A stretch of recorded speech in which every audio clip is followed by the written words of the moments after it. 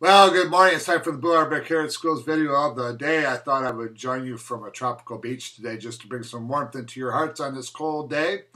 There are some interesting holidays today. It's Blame Someone Else Day.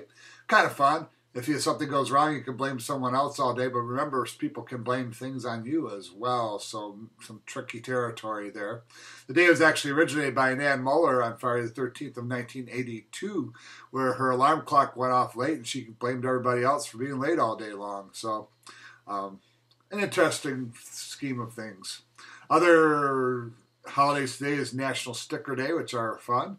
National Make Your Dream Come True Day, which is a good one. And also National Rubber Ducky Day, a great day to take a bath. So everybody have a great day, and on with Today in the News. This is BBC World News. I'm Regid Ahmed. The headlines. Two key members of the incoming Trump administration have strongly backed US intelligence agencies a day after they were lambasted by the president-elect. Mike Pompeo and General James Mattis have also come out much stronger against Russia. Chinese media have warned of a devastating confrontation if Beijing were blocked from accessing islands it claims in the South China Sea. The nominee for US Secretary of State, Rex Tillerson, had said the US should deny China access to the islands. The UN Secretary-General, Antonio Guterres, says a lot of work still needs to be done to reach a deal on the reunification of Cyprus.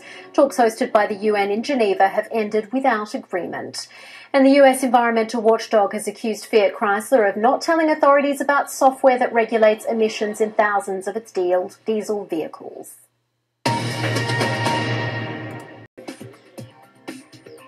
January 13th. In 1794, George Washington approved adding 2 stars to the American flag when Vermont and Kentucky joined the Union. From then on, a star was added for each new state.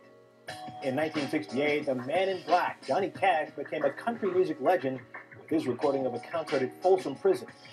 In 1990, Virginia's L. Douglas Wilder was sworn in as the first African-American governor in the U.S. And in 1128, the Knights Templar were commissioned as God's army. These holy warriors guarded Christians during the Crusades for 200 years, but as the Templars grew with limitless power, they also grew corrupt until Pope Clement dissolved the order and members were burned at the stake. And that's this day. This is Franciscan Media's Saint of the Day for January 13th. Today we celebrate Saint Hilary of Poitiers. Disturber of the peace. Perhaps that's the best way to describe today's saint, a gentle and courteous man who upheld the truths of the faith at a wrenching time in church history. Hilary was born in France around the year 315 to wealthy pagan parents. He converted to Christianity 30-some years later. Within 3 years, he was chosen, against his will, to be the Bishop of Poitiers.